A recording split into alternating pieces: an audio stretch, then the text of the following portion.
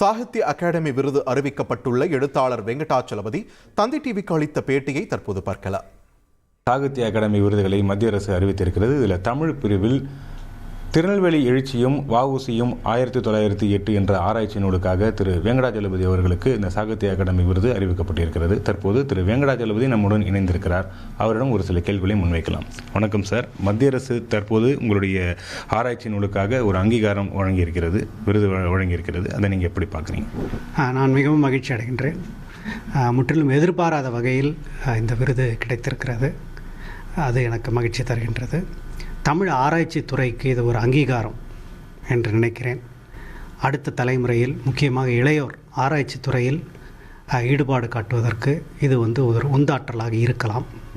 அடுத்து தனிப்பட்ட முறையில் என்னுடைய ஆராய்ச்சி, என்னுடைய கல்வி பயணம் என்பது வஉசியிலிருந்து தான் தொடங்கியது. வஉசி ஆராய்ச்சி செய்வதன் மூலமாகத்தான் நான் பாரதி, பெரியார், திராவிட இயக்கம், புதுமை பித்தன், உவே சாமிநாதையர் என்று பல பேராளுமைகளை பற்றி ஆராய்ச்சி செய்யலானேன். எனவே அவர்களை பற்றியெல்லாம் நூல் எழுதியிருந்தாலும் கூட வஉசி பற்றிய நூலுக்கு கிடைத்தது எனக்கு மிகவும் மகிழ்ச்சி தருகின்றது.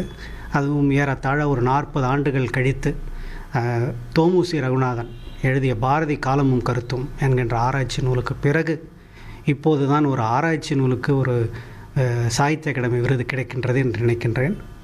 ஆகவே எனக்கு மிகவும் மகிழ்ச்சியாக இருக்கின்றது. அதுவும் ரகுநாதனை நான் நேரில் சிறு வயதில் அவரை பல முறை சந்தித்து நான் பேசியிருக்கிறேன். அந்த நூலினுடைய முதல் பிரதியை வாங்கியவனும் கூட நான் தான். பல காரணங்களுக்காக எனக்கு இது மகிழ்ச்சி தருகின்றது. சாகித்ய அகாடமி விருதுகளுக்கு நான் 14 வயதில் இதை தொடங்கினேன். 1984 வஉசியினுடைய கடிதங்களை எல்லாம் தொகுத்து 1984 வெளியிட்டேன்.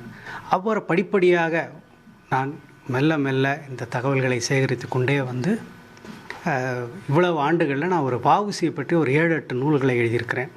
அண்மையில் ஸ்வதேஷி ஸ்டீம் என்கின்ற இந்த நூல் ஆங்கிலத்தில் அவருடைய கப்பல் கம்பெனியை பற்றிய ஒரு முழுமையான வரலாறு ஆங்கிலத்தில் எழுதி பெங்குவின் பதிப்பகம் மூலமாக வெளிவந்தது.